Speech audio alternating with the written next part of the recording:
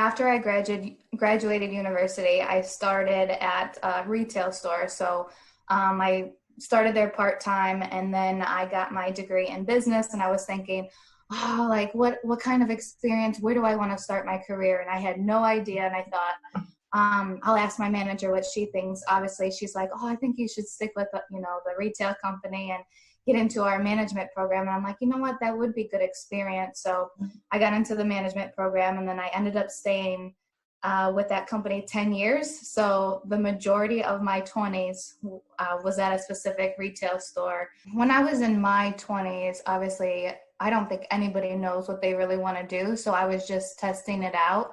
And I think since I, had so much experience, I worked in every department, did every position at that company. I was really confident in where I was going. And at that time, I wanted to work my way up and keep going. So I wanted to become assistant manager, then store manager, then district manager. And then I'm like, I'm going to go to corporate.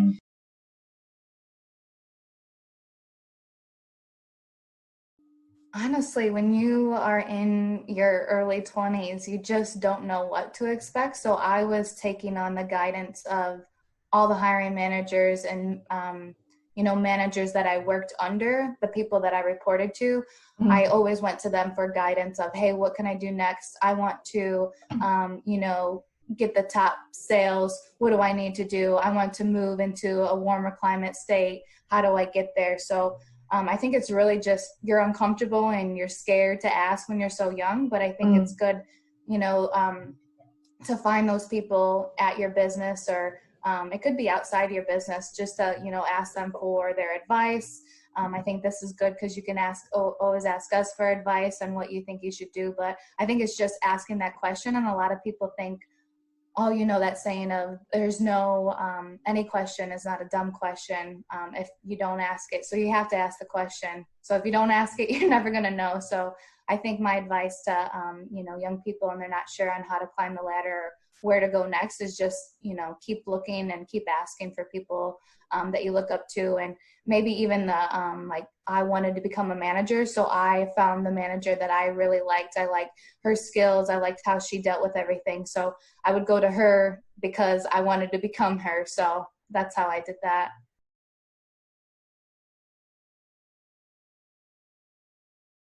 I was still in retail, and I liked the management piece, and I liked the hiring piece, and I was overseeing an entire store, looking over 150 associates.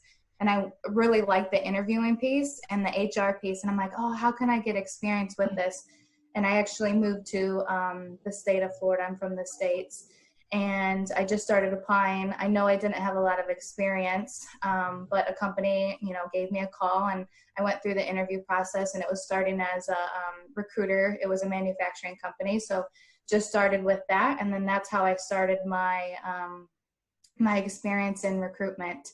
And it's a lot of, on the job training and learning. You learn as you go. So I didn't necessarily have an HR degree. I got a business degree, and then just found out through, working in retail, hey, I really like the beginning piece of HR. I don't necessarily enjoy firing people, that type of thing. And I'm like, oh, what can I do? Like, the exciting part is giving someone a job. That's when they're happy, and it just is a fulfilling job. So that's, how I got into that at the manufacturing company, worked there for a couple of years. And then now, since I've been in Australia, I've been a recruiter as well. So it's just kind of like, started my career in it, and then it's just stuck with me, and I'm still enjoying it.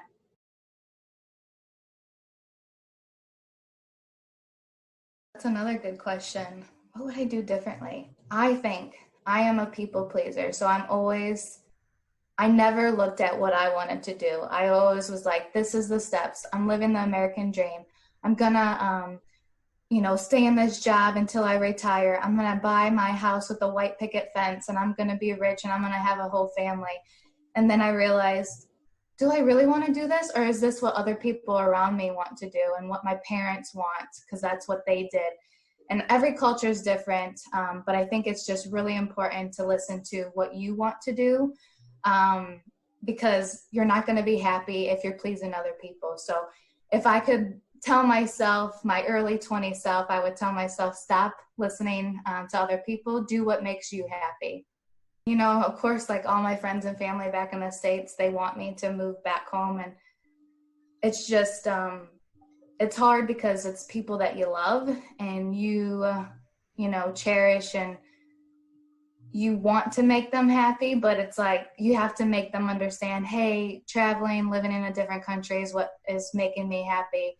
And once they realize that, I think they stop trying to say, giving advice of things that you don't really want to do, of moving back home, starting a family, that type of thing.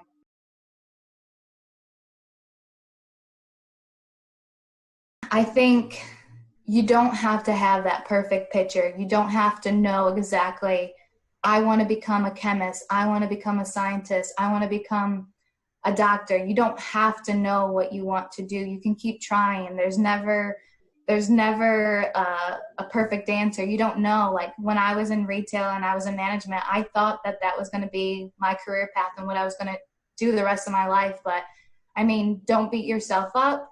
Keep going, and just, yeah, just never give up on your dreams. Like I always wanted to travel, and at that time, I never saw myself, you know, going outside of the country and outside the states. But you just keep it in the back of your mind, and if that's something that you really want to do, you just keep pushing forward, and you'll find a way. I promise.